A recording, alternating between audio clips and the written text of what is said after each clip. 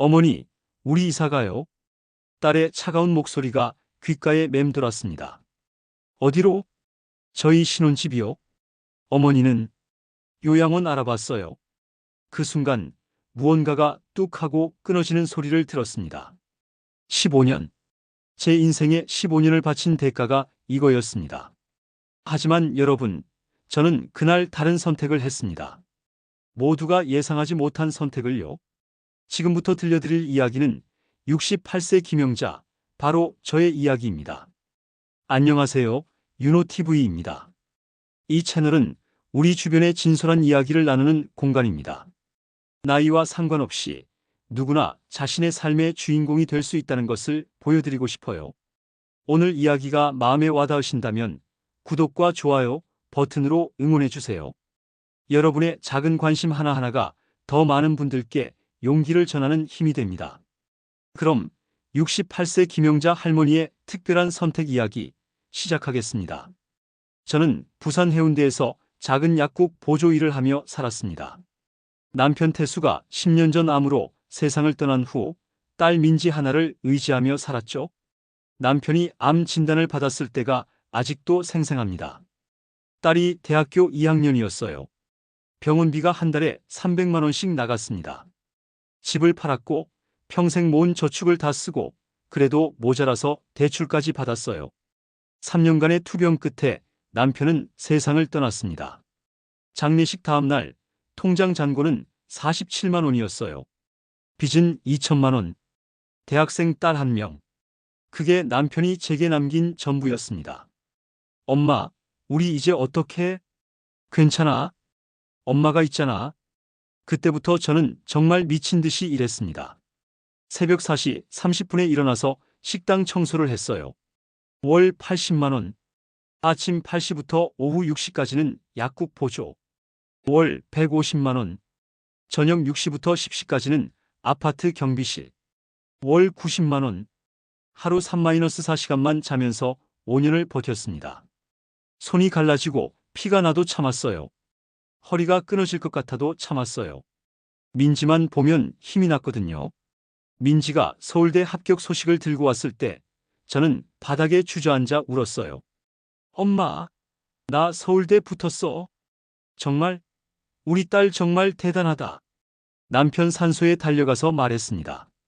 여보, 민지가 서울대 붙었어요. 우리 딸 훌륭하게 키웠어요. 이제 좀 안심하고 편히 쉬세요. 민지가 취직하고 정훈 씨와 결혼한다고 했을 때 저는 정말 행복했습니다. 엄마, 우리 같이 살아요. 이제 제가 엄마 모실게요. 엄마 고생 끝이에요. 딸의 그 말에 눈물이 났어요. 드디어 쉴 수 있겠구나. 이제 내 인생도 좀 살 수 있겠구나. 사위 정훈 씨도 좋은 사람이었어요. 대기업 과장이었고 예의도 바르고 첫 인사 때 정말 공손하더라고요. 어머니, 민지 잘 모시겠습니다. 그리고 어머니도 저희가 모실게요. 이제 편히 쉬세요. 손주 서준이가 태어났을 때는 너무 기뻐서 밤새 잠을 못 잤어요. 2년 후 서현이가 태어났을 때도 마찬가지였고요. 매일 아침 손주들을 깨우는 게 정말 행복했어요. 서준아, 일어나야지. 유치원 늦겠다. 할머니, 5분만 더요. 안 돼. 일어나서 할머니가 만든 계란말이 먹어야지. 할머니 계란말이 세상에서 제일 맛있어요. 그 말 한마디에 피곤이 다 풀렸어요. 처음 3-4년은 정말 좋았습니다. 낮에는 약국에서 일하고 퇴근 후엔 아이들 픽업하고 저녁 준비하고 숙제 도와주고 바빴지만 행복했어요. 하지만 서서히 변화가 시작됐습니다. 어머니, 아침에 좀 조용히 해주세요. 저희 늦게까지 일했어요. 저는 평생 새벽 5시 30분에 일어나는 게 습관이었는데 그게 시끄럽다는 거였죠. 어머니, 김치가 너무 맵네요. 아이들이 못 먹잖아요. 어머니, 청소 좀 더 깨끗하게 해주세요. 친구들 초대하는데 민망하잖아요. 무릎이 아파서 구석구석 청소하기 힘들었거든요. 그래도 참았습니다. 가족이니까요. 본격적인 변화는 3년 전 민지가 과장으로 승진하면서부터였습니다. 민지는 저녁 8시, 9시, 심지어 10시가 넘어서 들어왔어요. 사위도 사업 확장으로 출장이 잦아졌고요. 자연스럽게 제가 아이들을 전담하게 됐습니다. 어머니, 서준이 영어 학원 픽업 부탁드려요. 어머니, 서현이 피아노 학원도 가야 해요. 어머니, 내일 학부모 상담인데 대신 가주실 수 있죠? 어머니, 주말에 우리 부부 워크샵 가는데 아이들 부탁해요. 처음엔 당연하다고 생각했어요. 젊은 사람들 일이 바쁜 거지. 내가 도와줘야지. 하지만 제 시간은 점점 없어졌습니다. 친구 경숙이가 전화했어요. 영자야, 우리 다음 주에 통영 여행 가는데 같이 갈래? 2박 3일. 경수가 미안해. 손주들 봐야 해서. 또? 작년에도 거절했잖아. 너도 내 인생 좀 살아. 전화를 끊고 생각했어요. 내 인생. 나에게 내 인생이 있었나? 더 힘든 건 아이들과의 관계였습니다. 할머니, 엄마 없으면 심심해. 할머니는 재미없어. 할머니는 게임도 못하고, 만화도 모르고, 유튜브도 몰라요. 할머니, 엄마는 언제 와? 할머니 말고 엄마가 좋아. 아이들과 시간을 보내지만 저는 엄마가 아니었어요. 그저 엄마가 올 때까지 아이들을 관리하는 사람일 뿐이었죠. 어느 날 서준이가 학교 숙제로 우리 가족 그림을 그려왔어요. 거기에 엄마, 아빠, 서준이, 서현이가 행복하게 웃고 있었습니다. 저는 없었어요. 서준아, 할머니는 어디 있어? 할머니요? 할머니는 가족이 아니잖아요. 응? 할머니는 우리 집에 사는 사람이잖아요. 가족은 엄마, 아빠랑 저랑 서현이에요. 그 말을 듣는 순간 가슴이 무너져 내렸습니다. 더 힘든 건 건강이 나빠진 것이었습니다. 무릎이 점점 안 좋아졌어요. 계단 오를 때마다 통증이 왔고 쪼그려 앉기도 힘들었습니다. 병원에 가니 의사 선생님이 심각한 표정으로 말했어요. 할머니, 연골이 거의 다 닳았어요. 빨리 수술하셔야 합니다. 집에 와서 민지에게 조심스럽게 말했습니다. 민지야, 엄마가 무릎 수술해야 할 것 같아. 엄마, 언제요? 의사 선생님이 빨리 하는 게 좋다고. 다음 주 화요일이 가능하대. 딸의 얼굴이 굳어졌어요. 다음 주 화요일요?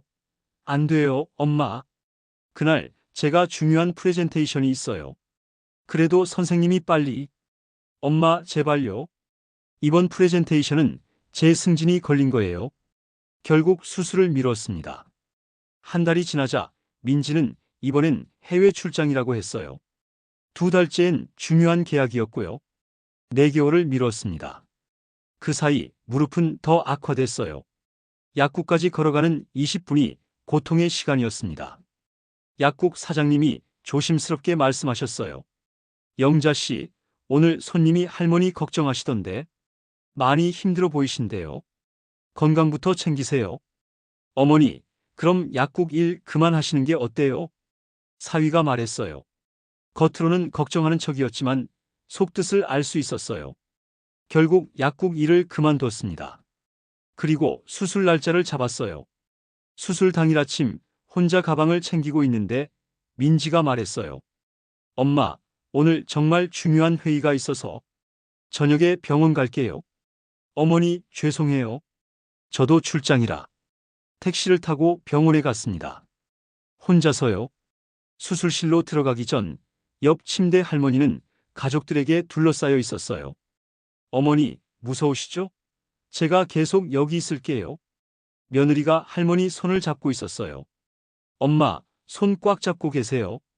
우리 다 여기 있어요. 할머니 화이팅! 할머니 사랑해요. 저는 침대에 혼자 앉아 있었습니다. 간호사가 수술 전 체크를 하러 왔어요. 할머니, 보호자분은 안 오셨어요? 바빠서요. 괜찮아요. 수술 후에 깨어나시면 옆에 꼭 누군가 있어야 하는데. 혼자 괜찮아요. 익숙해요. 간호사가 안쓰러운 표정을 지었어요. 마취가 들기 전 남편 생각이 났습니다. 여보, 나 혼자는 너무 힘들어요. 수술 후 깨어났을 때 통증이 밀려왔어요. 온몸이 아팠습니다. 물. 간호사를 불렀어요. 진통제를 맞았지만 그 외로움은 어떤 약으로도 달랠 수 없었어요.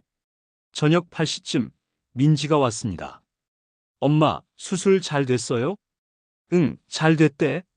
다행이다. 엄마, 죄송한데 저 오늘 너무 피곤해서 내일 다시 올게요. 30분도 안 돼서 딸은 떠났습니다. 다음 날도 그 다음 날도 민지는 오지 않았어요. 전화로만 괜찮으시죠? 물어봤습니다. 재활 치료는 정말 고통스러웠어요. 다른 환자들은 가족들이 부축해주고 응원해주고 함께 걷는 연습을 했습니다. 저는 혼자 난간을 잡고 혼자 땀 흘리며 혼자 아파했어요. 일주일 만에 퇴원했습니다. 택시를 타고 혼자 집에 돌아왔어요. 현관문을 열었을 때 거실에 이삿짐 박스들이 쌓여 있었습니다. 어머니, 오셨어요? 민지가 소파에 앉아 있었어요. 이게 뭐니? 어머니, 잠깐 앉으세요. 드릴 말씀이 있어요. 심장이 두근거렸습니다. 저희가 집을 샀어요. 그래, 좋구나. 어디에? 강남이요. 아이들 교육 환경도 좋고. 잘했네. 그래서? 순간 이상한 느낌이 들었습니다. 엄마도 같이 가는 거지? 침묵이 흘렀습니다. 어머니, 집이 좀 작아요. 방이 3개인데 저희 방 하나, 아이들 방 2개.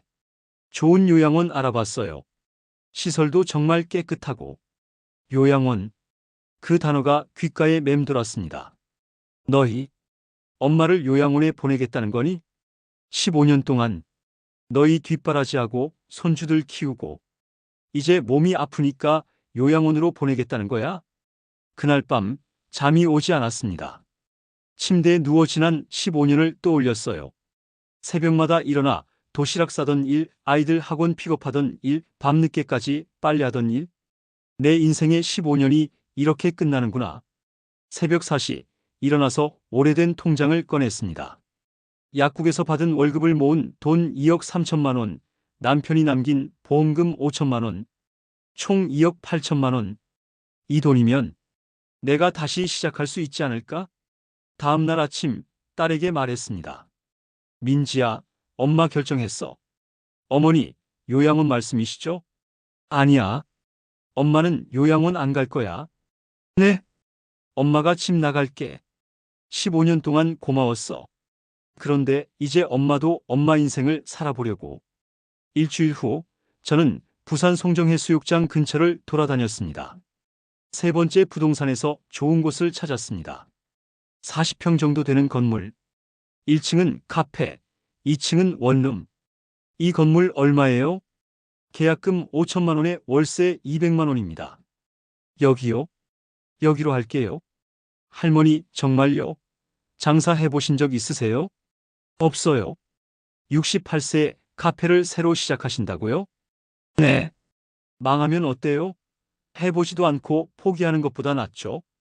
부동산 사장님이 한참 저를 바라보더니 고개를 끄덕였어요. 알겠습니다. 용기 있으시네요. 카페 인테리어는 제가 직접 했어요. 유튜브를 켜고 카페 인테리어 DIY 영상들을 봤습니다. 할머니도 할 수 있어. 천천히 하나씩 하면 돼. 페인트를 사고 붓을 사고 조명을 샀습니다. 하루에 3-4시간씩 작업했어요. 무릎이 아팠지만 진통제를 먹고 천천히 했습니다. 벽을 베이지색으로 칠했어요. 제가 좋아하는 색이거든요. 붓질을 하면서 눈물이 났습니다. 이게 내 공간이야. 누구 눈치 안 보고 내가 만드는 내 공간. 한 달이 걸렸어요. 그 한 달이 정말 행복했어요. 커피 교육도 받았습니다.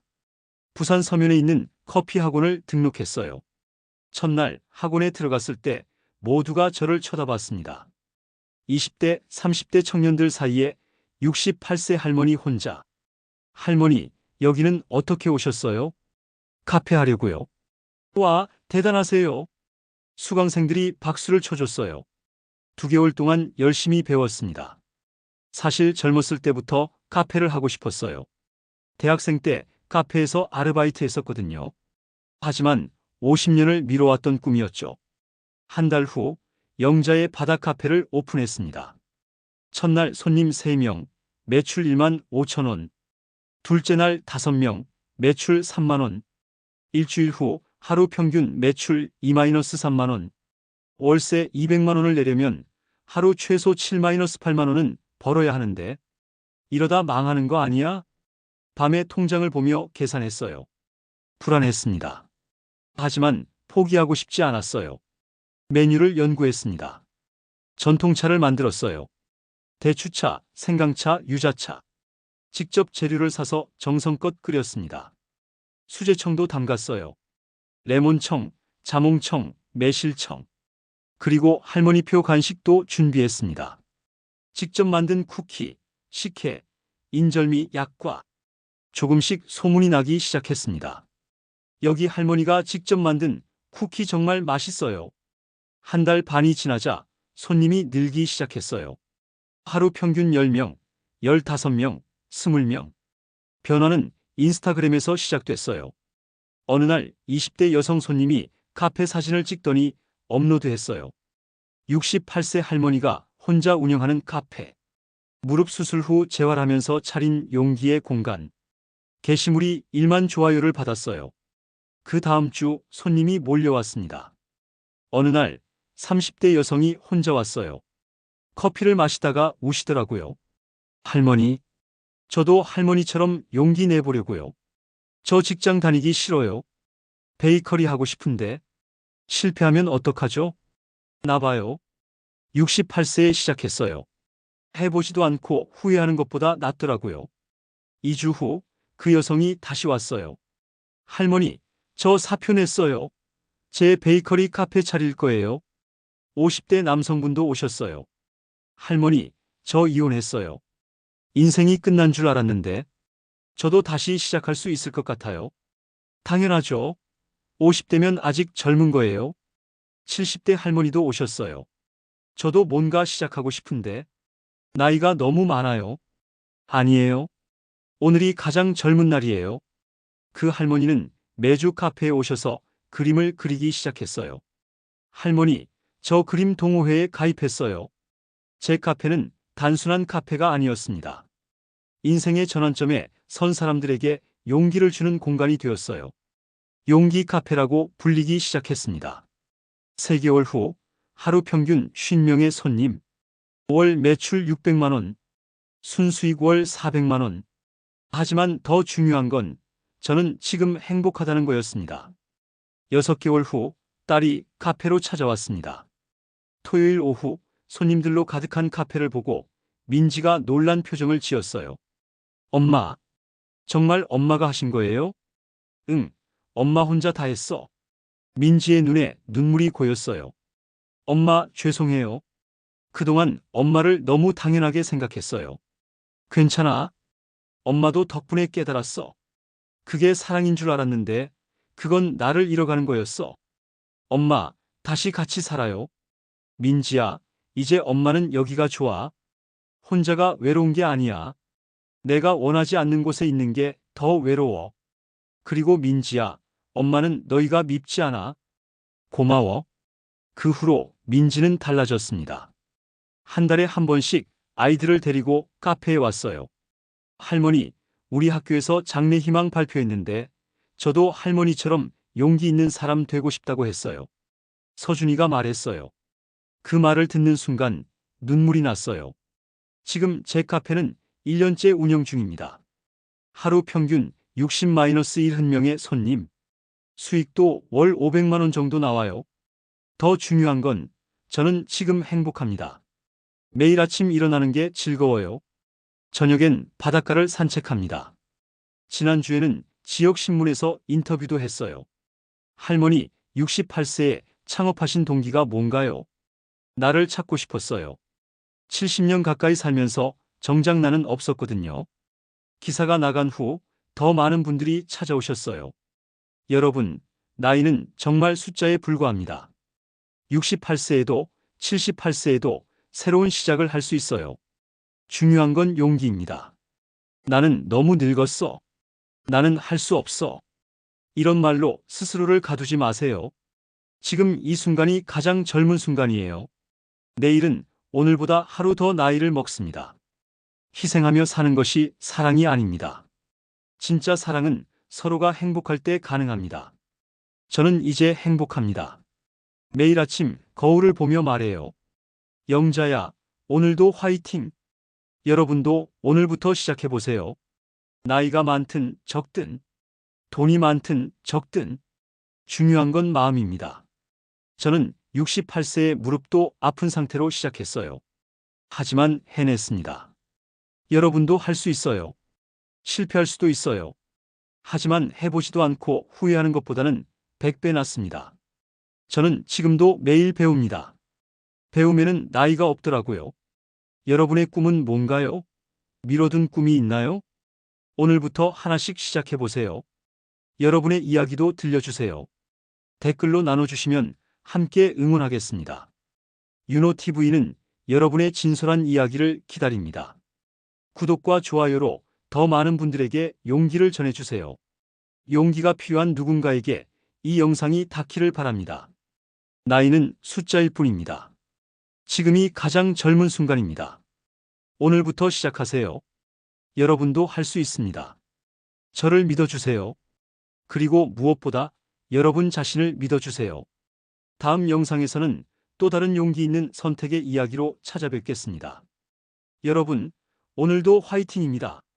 여러분의 인생도 응원합니다.